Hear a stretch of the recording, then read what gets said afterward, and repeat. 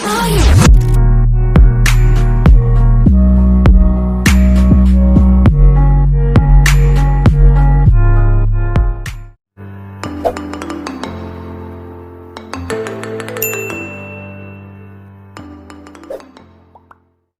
upah minimum itu yang dikhawatirkan kalau di Omnibus Law justru menghilangkan upah minimum. Karena yang dikhawatirkan adalah upah per jam tadi begitu ya. Maka khawatir kalau ada perusahaan-perusahaan atau pengusaha-pengusaha yang tanda kutip nakal begitu mempekerjakannya dalam waktu yang singkat saja begitu kan. Iya. Jadi gini, upah minimum itu ada konvensi ILO nomor 110. Jadi ILO mengatur seluruh negara-negara di dunia yang menjadi anggota ILO, upah minimum itu adalah upah terendah untuk orang yang bermasa kerja 1 tahun ke bawah, semua jenis pekerjaan. Makanya dia tidak mengenal produktivitas orang baru kerja.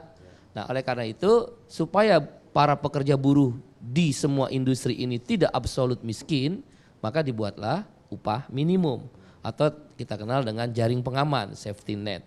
Jadi apapun jenis industrinya kalau udah bicara upah minimum itulah upah terendah di satu negara. Nah dalam upah minimum kemudian ada 2 klasifikasi. Satu upah minimum secara regional kewilayahan atau kita sebut dengan UMK atau UMP, dan satu lagi upah minimum berdasarkan sektor industri. Tentu sektor tekstil dengan sektor otomotif dengan elektronik, perbankan berbeda-beda kemampuannya. Maka ada namanya upah minimum sektor. Kita sebut dengan UMSK atau UMSP. Itu jelas. Dengan demikian tidak ada lagi upah di bawah upah minimum. Itu definisinya sudah jelas. Karena minimum sudah terendah. Namanya aja minimum. Apalagi kemudian ada insentif buat upah padat karya. Ya berarti upah minimum di bawah upah minimum nggak masuk akal. Seluruh dunia itu nggak ada kayak begitu. Upah minimum adalah upah terendah. Itu prinsipnya dulu supaya dipahami oleh saya.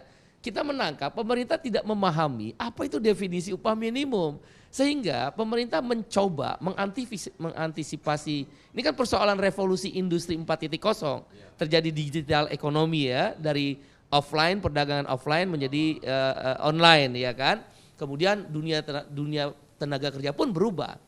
Oleh karena itu kalau mau bikin definisi yang baru tentang upah minimum, mari berkumpul dulu. Karena upah minimum itu upah terendahnya, nggak ada upah minimum padat karya, upah minimum online, upah minimum UMKM, nggak ada itu. Yang ada upah minimum secara regional, yang tiap daerah beda-beda, sesuai dengan kebutuhan hidup layaknya, atau upah minimum berdasarkan sektor industri. Nah nanti sektor industri misal mau dibikin digital ekonomi, ya nanti ada upah minimum sektor industri digital ekonomi misal. Termasuk online, Tokopedia, Pigi-Pigi, Gojek, Grab dan sebagainya. Begitu. Yang kedua, di negara-negara maju ada upah per jam, ada. Itu sudah 200 tahun berlaku upah per jam dimulai dari Otto von Bismarck di Jerman. Nah, tapi upah per jamnya harus didefinisikan. Upah per jam minimum, upah minimum per jam atau upah minimum berbasis produktivitas. Kalau dia berbasis upah minimum per jam memang tidak dikenal upah minimum bulanan itu. Dia adalah upah minimum per jam. Misal di Amerika upah minimum federalnya adalah $7,25 per jam. Atau kalau di negara Los Angelesnya, negara bagiannya beda lagi, $12.25 per jam. Minimum dia. Tapi akan dihitung, kan di negara-negara industri itu ada kita kenal unemployment insurance, bukan unemployment benefit seperti yang diperkenal oleh Pak Airlangga. Kita nggak ngerti itu apa unemployment benefit. Tidak dikenal istilah itu dalam dunia labor di internasional ya. Oleh karena itu upah minimum per jam ketika seorang buruh menerima dikalikan sekian jam kerjanya dalam 1 bulan, tidak akan mungkin nilainya di bawah unemployment insurance. Kalau di bawah asuransi pengangguran, buat apa saya kerja, mendingan saya nganggur. Iya kan, ngapain capek-capek kerja. Nah di kita karena nggak ada unemployment insurance, kan kalau maksud unemployment insurance kan orang di PHK dengan alasan apapun mau cari kerja baru. Karena dia punya unemployment insurance, si asuransi pengangguran ngasih kan, bayar terus pendapatan dia untuk supaya dia bisa bertahan hidup. Nah kalau kita kan nggak ada, oleh karena itu definisi upah yang dimaksud oleh pemerintah per jam apa? Terus di sisi yang lain mereka bilang ada upah minimum yang tetap dipertahankan. Diskriminatif dong, nggak boleh. Dalam satu sistem hukum tadi Pak Firman benar-benar sama kedudukannya di mata hukum. Pengaturan-pengaturan itu harus tidak boleh melakukan diskriminasi. Apakah karena kamu kerja sebagai supir Gojek kamu nggak boleh layak sejahtera? Nggak boleh dong. Apakah karena kamu kerja di industri padat karya kamu harus lebih rendah hidupnya, standar hidupmu daripada orang yang kerja di elektronik? Ya nggak boleh dong. Maka oleh karena itu jelaskan dulu, nggak mungkin ada dua sistem. Itu yang saya bilang pasti akan dengan upah per jam menghapus sistem upah minimum. Misal gini, upah minimum di Jakarta adalah 4,2 juta rupiah. Oke, bagikan 30 hari dalam satu bulan, 140.000 rupiah per hari. Katakan satu hari 8 jam, bagi 8 jam 140.000 rupiah, kenalah 17.500 rupiah. Apa itu yang dimaksud? Kalau demikian berbahaya buat industri boneka, tekstil, garmen, sepatu, macam-macam. Yang biasa dia kerja penuh full satu bulan, nanti, dan itu udah disampaikan kan oleh Ketua Umum Apindo, kita mau rubah, kita kasih, ini kerjain di rumah. Atau bawa satu minggu pertama dikasih, katakan 5 hari kerja, nggak usah banyak-banyak, 4 jam aja deh. Satu hari 17.500 kali 4 jam, berarti 70.000 sehari, kan 4 jam. Kali 5 hari 350.000, minggu kedua nggak usah kasih kerjaan. Minggu ketiga kasih lagi kerjaan 700.000 berarti. Minggu keempat nggak usah kasih kerjaan. Berarti dia dapat nggak ada upah minimum kan? Dia dapat 700.000. Pertanyaan kita, bisa hidup nggak?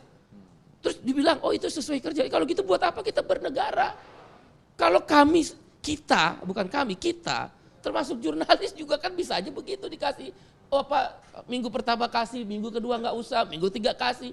Berarti kan pemilik modal berkuasa atas negara. Terus buat di mana negara? Itu yang kita gugat, itu yang kita marah. Kok membuat aturan, negara nggak hadir ketika para orang-orang kita kan kerja. Kalau yang dimaksud gitu seperti loh. itu ya, kalau yang Iya dimaksud dong. seperti itu Bisa ya. terjadi kan, karena memang ada dua sistem. Misal sekarang katakan, kan udah diomongin tuh restoran, ada restoran A, restoran B.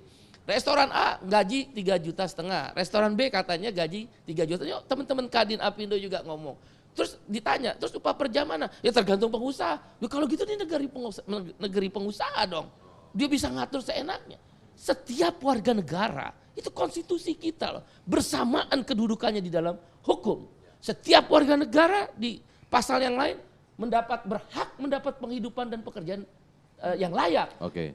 Kenapa dibilang setiap warga negara? Itu artinya negara harus hadir.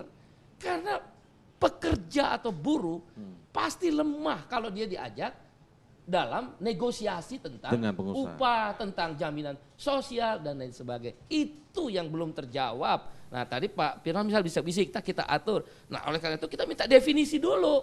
Kan Pak Menko Perekonomian bilang, oh ini setelah saya bisa teman-teman media bantu saya untuk menyampaikan debat dengan Pak Menko yang dia sampaikan. Oh ini untuk tenaga ahli. Kalau gitu kamu tulis tenaga ahli apa?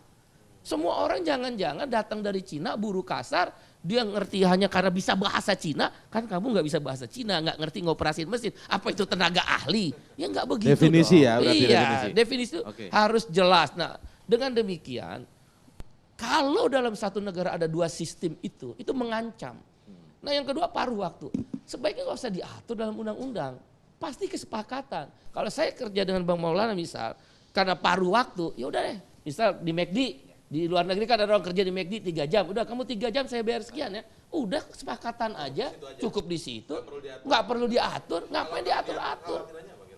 Kalau diatur, membuat jadi rigid. Misal home industry, gini aja deh. Pergi ke Gajah Mada, ada nggak yang dibayar upah minimum? Itu toko-toko, kagak ada. Begitu diatur jadi wajib kan? Nah kalau dia jadi wajib, orang yang tadinya tetangganya yang kerja, anaknya, bukan anak saudaranya, ponakannya, dengan aturan begini dia jadi rigid. Wah gue nggak bisa nih ngajak lo lagi, gue harus bayar per jamnya sekian. Terus kalau nanti di PHK gue harus siapin 6 bulan upah. Orang udah ada kok. Oh ini Indonesia, Amerika ngatur. Enggak, tanya aja para imigran-imigran. Kan saya udah 3 kali studi di Amerika tentang upah minimum. Di Amerika, imigran-imigran itu mana ada yang dibayar upah minimum, apalagi imigran gelap. Itu namanya underground economic yang menopang formal ekonomi itu ada. Tapi bukan ilegal yang begitu ya? Tidak, sebenarnya melanggar aturan, tetapi itu lazim terjadi. Nah kalau dia begitu diatur, maka rigid ekonominya. Jadi ruwet. Kan tujuannya cipta lapangan kerja. Judulnya aja cipta lapangan kerja. Nah oleh karena itu yang diatur itu memang yang formal. Misalnya kayak industri padat karya tiba-tiba diturunkan. Gojek, Grab, Tokopedia, apa itu UMKM? Menurut kami ya enggak UMKM, orang valuasinya 65 triliun, gimana UMKM? Nah yang kayak begitu itu harusnya yang diatur. Bukan home industri. Apa itu di sepanjang puncak deh kiri kanan hotelnya, ada yang dibayar upah minimum? Enggak ada pernah kita persoalkan? Enggak, kenapa sekarang di masalah-masalahin gitu loh. Itu yang menjadi kekhawatiran kita kalau ada dua sistem upah minimum. Termasuk tadi pengenalan unemployment benefit, nggak dikenal di dunia. Misal, oh itu nggak perlu nambah iuran, nanti akan BPJS Ketenagakerjaan atau BP Jam Sostek. Nggak mungkin lah satu program Anda taruh, terus nggak ada iurannya. Kalau unemployment insurance atau asuransi pengangguran itu yang mengiur buruh, pengusaha dan pemerintah saat mereka bekerja. Nanti kalau udah nggak kerja, iuran yang mereka bayarkan itulah yang diambil jadi unemployment insurance. Nah kalau unemployment 6 bulan, katakan Jakarta 4,2 juta kali 6, hampir katakan hampir 25 juta lebih satu orang. Nah kalau di PHK 10.000 orang, dari mana duitnya? 25 juta kali 10.000. Terus belum lagi seluruh wilayah Indonesia. Bangkrut itu BPJS, Jam Sostek. Sesuatu yang nggak masuk akal. Sebenarnya ini tadinya mau menghapus pesangon diturunkan jadi 6 bulan kan. Kalau sekarang, kalau kita berhenti, katakanlah 8 tahun masa kerja ke atas, itu 9 bulan upah pesangonnya. Ditambah penghargaan masa kerja, kalau 8 tahun misal masa kerjanya, penghargaan masa kerja dapat 3 bulan. Berarti 9 tambah 3, 12 bulan. Tambah lagi penghargaan hak, penggantian hak 15%. 15% kali 12 ya katakanlah hampir 3 bulan. Berarti 12 tambah 3, 15 bulan. Sekarang 15 bulan. Tiba-tiba dikenalkan unemployment benefit 6 bulan. Katanya nggak pakai mengiur, nggak masuk akal. Itu yang kita persoalkan, pesangon kita diturunin hanya tinggal 30%.